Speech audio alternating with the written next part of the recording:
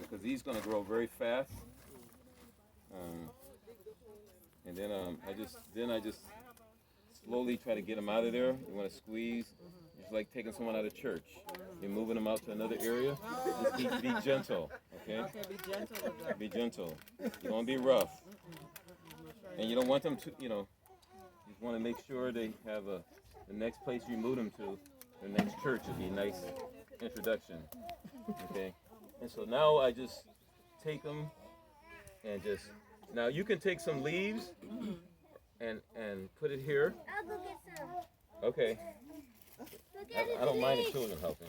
Me either. Don't get them, y'all. Let's go. Put around it. They'll keep the ground soft, cooler, and they'll grow even better, and it keeps the weeds down. So if you put them into a pot. Yes. Now hopefully the rabbits will find this, but they probably will. Yeah. But if you're gonna cover it, then you have to put some kind of some screen on it.